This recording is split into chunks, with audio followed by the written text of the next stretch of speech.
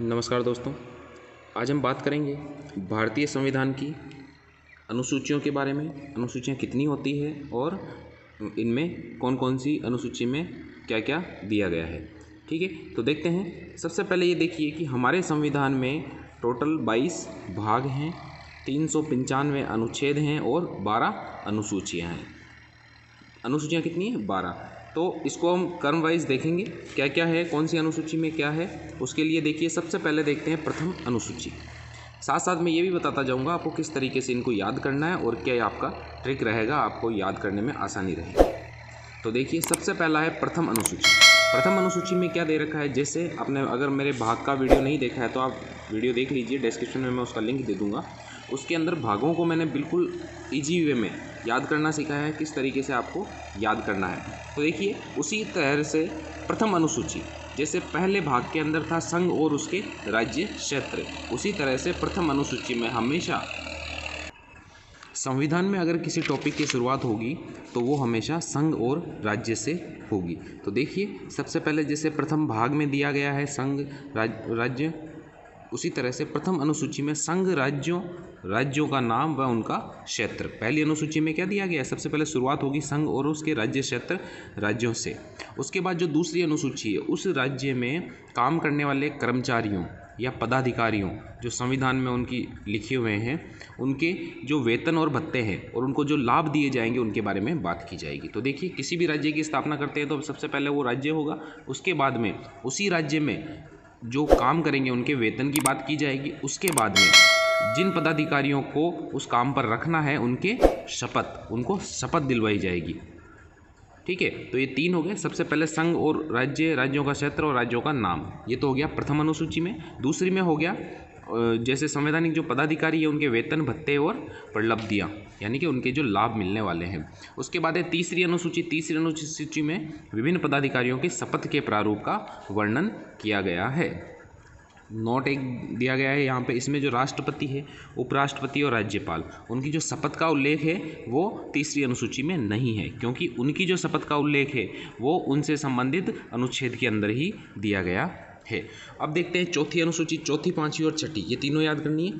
तो देखिए, ऊपर राज्य की बात होगी, उसके बाद क्या होता है, राज्य, संघ और राज्य की बात हो गई। अब जैसे भाग के अंदर भी यही है कि जब संघ और राज्य की बात होती है तो उसके बाद में आता है संघ राज्य क्षेत्र, यानी कि केंद्र शासित प्रदेश।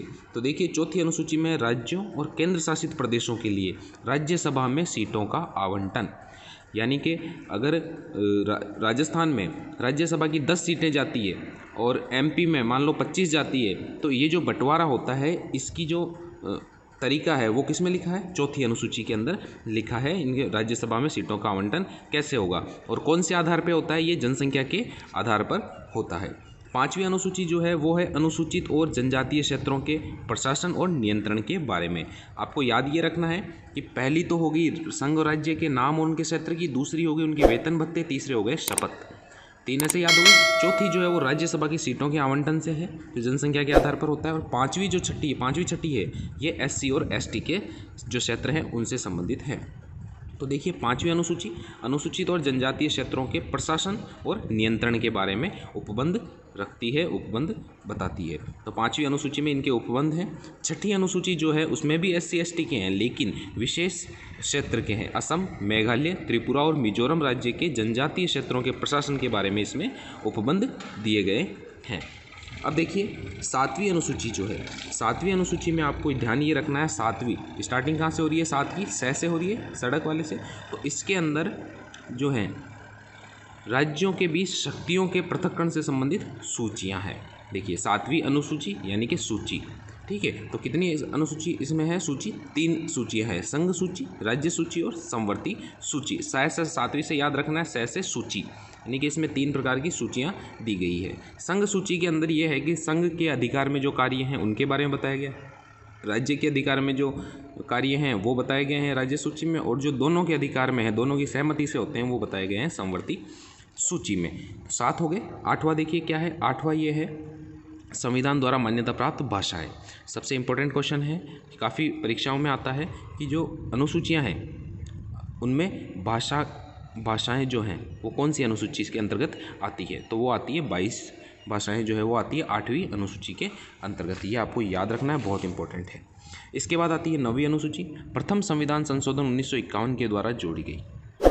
कैसे जोड़ी गई? प्रथम संविधान संशोधन 1951 के द्वारा जोड़ी गई। इसमें इंपॉर्टेंट क्या है? ये है भूमि सुधार आंदोलन या कानून। भूमि सुधार कानून के तहत जमाबंदी प्रणाली, उन्मूलन और संपत्ति अधिग्रहण से संबंधित इसमें प्रावधान है। 9वीं अनुसूची बहुत इंपॉर्टेंट है। ये पहला संविधान संशोधन हुआ 1951 में, उसमें इसको जोड़ा गया है जो भूमि सुधार और जमाबंदी प्रणाली से संबंधित है। 10वीं अनुसूची, द से 10 और द से दल, दल बदल। ठीक है, तो 10वीं अनुसूची किससे संबंधित है? दल बदल से संबंधित। 52वां संविधान संशोधन द्वारा जोड़ी गई दल बदल निरोध अधिनियम से संबंधित है, जो राजीव गांधी सरकार में जोड़ी गई थी। ये हो गई 10वीं अनुसूची। अब देखिए 11वीं अनुसूची और 12वीं अनुसूची।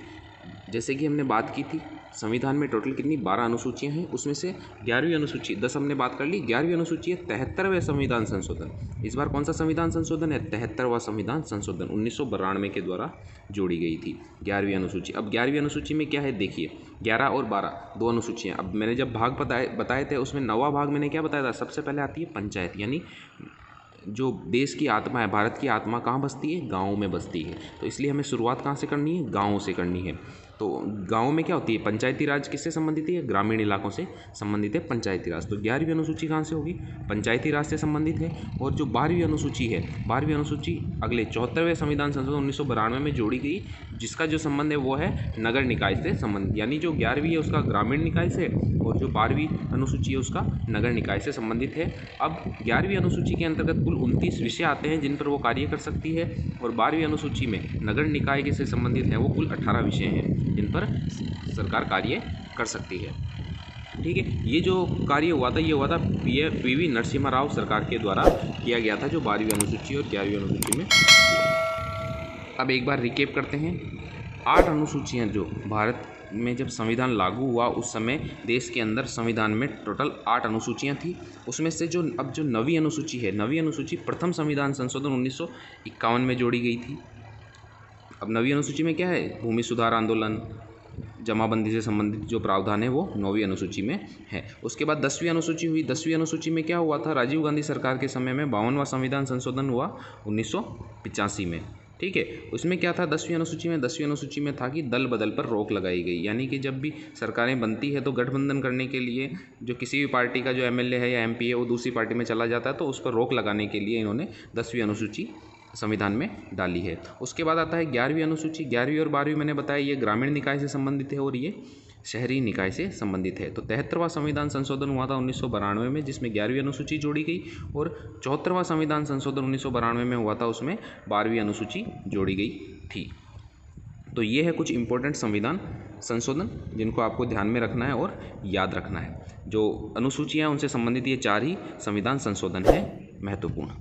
तो दोस्तों आज के लिए इतना ही। आप एक बार वीडियो को पूरा देख लें, इनको अपने नोट्स बना लें, हमारे टेलीग्राम चैनल को ज्वाइन कर लें, वहाँ आपको इसका PDF भी मिल जाएगा और वहाँ पर आपको पूरी जानकारी भी मिलेगी, इससे संबंधित अन्य नोट्स भी मिलेंगे। हमारे YouTube चैनल को भी सब्सक्राइब कर लीजिए ताकि यहाँ पर कोई भी वीडियो नया आता है तो उस पर आपको आसानी से वो मिल जाए। धन्यवाद दोस्तों।